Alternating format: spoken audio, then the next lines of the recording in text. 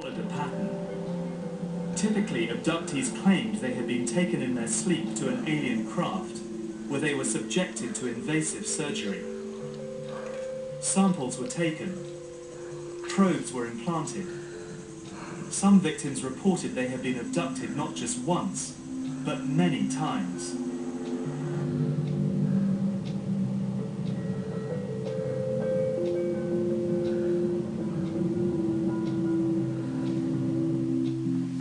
I've come to meet Travis Walton. He was the first alien abductee of this epidemic, and his story, which was widely reported, had a powerful effect on the public imagination. I caught up with him near the Apache Sitgreaves Forest in Arizona, where the whole incident unfolded. Well, there was a group of 7 of us men. We were working up in the mountains, in the woods. We had a tree cutting contract up there. And we just finished a long, hard day's work, and we were headed home. We worked late that night, so it was starting to get dark. And as we were driving down this rough track there, we saw light coming through the trees. What the hell is that?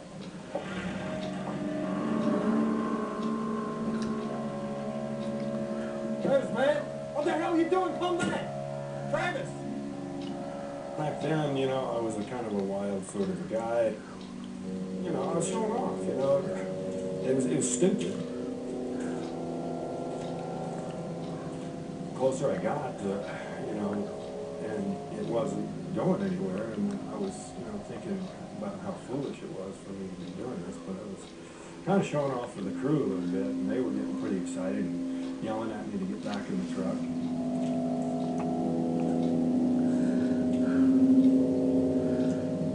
When I got up to it, and I was standing there looking up at it, the sound suddenly got louder and it started to move, and it was making this sort of a rocking motion. And right at that instant, something hit me.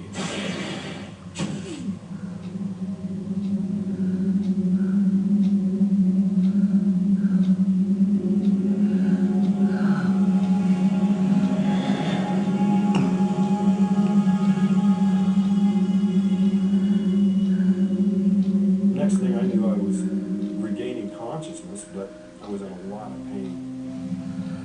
I saw these forms over me, and when I finally got it into focus, I could see this creature looking at me, and I just flipped out. I looked around, there was 3 of them. The one that was closest to me, I tried to hit him.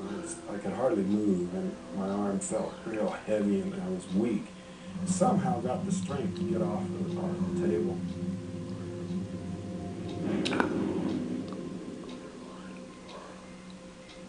Several nights later, Travis Walton reappeared, dazed and confused. I didn't know how much time had gone by, and there's something in the conversation, you know, made that apparent to them. They said, "Hey, feel your face," and I felt, and I had this, you know, week's growth of beard, and I was just totally shocked by this. So, "You've been gone 5 days."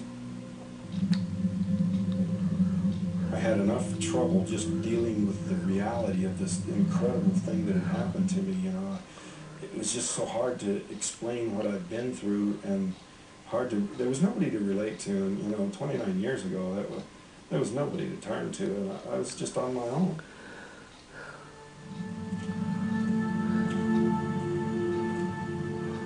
Travis's story seems incredible, but it's only one of many such tales.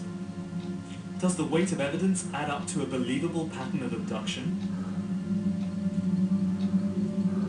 In order to understand the nature of the contact experience in the 1980s, we need to look at the first reported cases back in the 1950s.